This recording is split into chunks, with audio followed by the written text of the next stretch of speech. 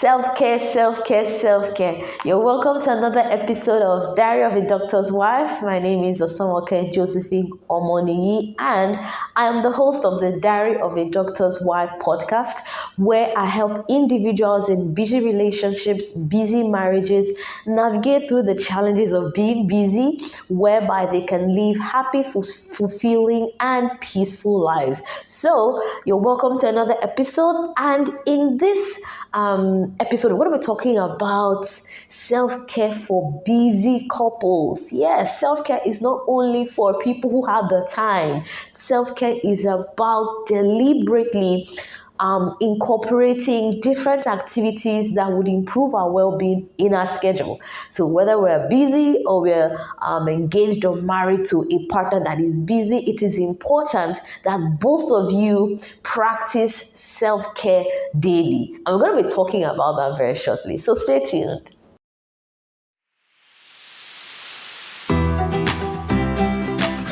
Okay, so you're welcome back. So, as you all know, I'm a clinical psychologist, and definitely I would always incorporate ways we can improve our mental health, even as busy couples, all right? So when we talk about self-care, we're talking about different activities that improve our well-being, that improve our social well-being, that improves our mental well-being, our emotional well-being, and physical well-being. So I'm sorry to break the table that self-care is only for women, where we get to do our nails or go to the spa. No, self-care is for everyone, where we engage in different activities that improves our general well-being. All right, and why I decided to talk about this is because we can get so carried away with the activities, with the hustles and bustles of life, with the fact that, oh, I'm married, or I'm engaged, and then life is lifing, and then we forget to take care of ourselves. All right, so I'm going to be taking us through different types of self-care.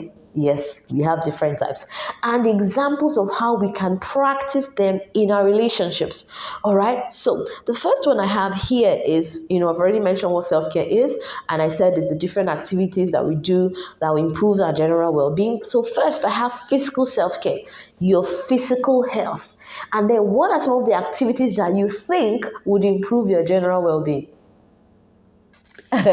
Yes, if you guessed sleeping, eating well, exercise, then you're correct. So you're sleeping well. It's recommended. Don't come for me, but it is recommended that adults sleep 7 to 9 hours.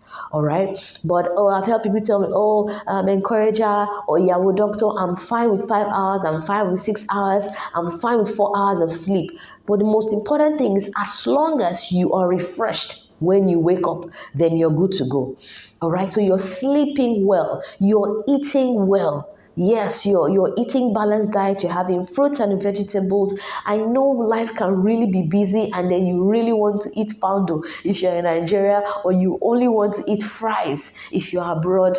All of those things only, they are not so healthy. All right, so as couples, it's important that you incorporate eating healthy together, you're exercising together, it could be taking of walks, it could be going to the gym, it could be skipping together, whatever exercise is convenient for both of you and it's healthy for both of you, please go ahead with it. All right, so you're sleeping, you're walking, you're eating, anything that has to do with your physical health. You're going to the hospital regularly to do your yearly checkups. And you're also going to therapy as well to just do your psychological checkup as well. It's important. All right, so that's about physical self-care. We also have emotional self-care, and this is very important because we tend to, not pay so much attention to it. So emotional self-care involves things like stress management. How are you coping with stress? How are you coping with the hustles and bustles of life? It's important that you cope well. All right, so it's important that you engage in activities like journaling, you engage in activities like speaking up, you engage in activities like speaking to your partner. So for both of you, in a situation where it's so busy, this is July, and then, this is August, and then the year has been a lot. So something that can help you, both of you, manage stress is both of you have a time where you come together to unburden. How has the week been for you? How has the year been for you? Do not hoard things in your heart, in your mind. It's not good for stress. It's not a good way to emotionally take care of yourself. So you're managing stress well, you're coping well. You're coping well. You're not engaging in activities, in negative coping activities like smoking or drinking. As a couple or generally as individuals, it is not a good way to cope with stress. All right. So it's important that you also practice self-compassion towards yourself, towards both of you. So take, for example, it's been a rough year, or it's been a good year, or it's been a busy year, whatever year it's been. This is mid-year and everybody's doing appraisal and then some form of progress report. So this is what compassion will look like for both of you. You are extending grace to yourselves. You are not saying, oh, look at couple A, look at family B. This is where they were at the beginning of the year, and this is where we are. Both of you, or the couple that you are comparing yourselves with, they don't have the same experiences that you had. All right, so it's important that you extend grace, compassion, kindness towards yourselves, towards your spouse, towards your partner. That is a way of practicing emotional self-care. So another form of self-care is financial self-care. Do you know it's important that you also take care of your finances? Because when our finances are not where we want it to be, it tends to bring some level of stress, and then it can influence the mood in the home. It can even lead to a lot of tension and pressure in the home. So some financial self-care tips involves, your budgeting, your planning, your saving, your investing, you're doing all of that together. Whatever works for you as a family, whether you're having separate accounts or individual accounts of both, it's important that both of you plan. Who is bringing in what? How are we paying what? Our finances goes to this particular bill or that particular bill. It's important that both of you plan.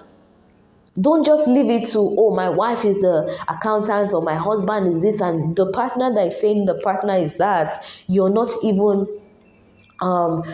taking some form of responsibility for your finances.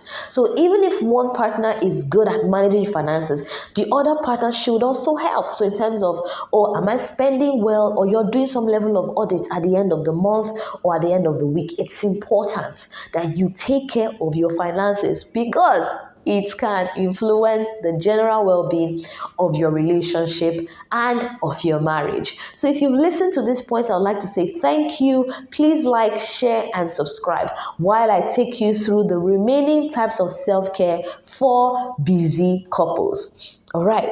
So there's also work-related self-care.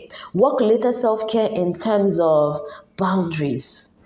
Because it's important that for every couple listening to me, all right, you need to set boundaries for your home. It's important that you do not allow work to interfere in your marriage, and you do not allow your marriage to interfere in your work. What do I mean? When it's a stipulated time for both of you to be talking and engaging and just having free time together, it's important that you block out that time in your calendar and you don't allow work to interfere, because one partner or both of the other partner may feel, oh, work is important, that's why my partner is not able to pause that call to listen to me. All right, but generally it's important that you have boundaries. All right, work related boundaries. You're planning both activities. So I'm talking about work and now your marriage into your schedule. I think I've talked about it in one of my videos. Please check when I talked about time management. And I talked about scheduling techniques where both of you can actually scheduling work. You're scheduling couple time. You're also scheduling in individual time.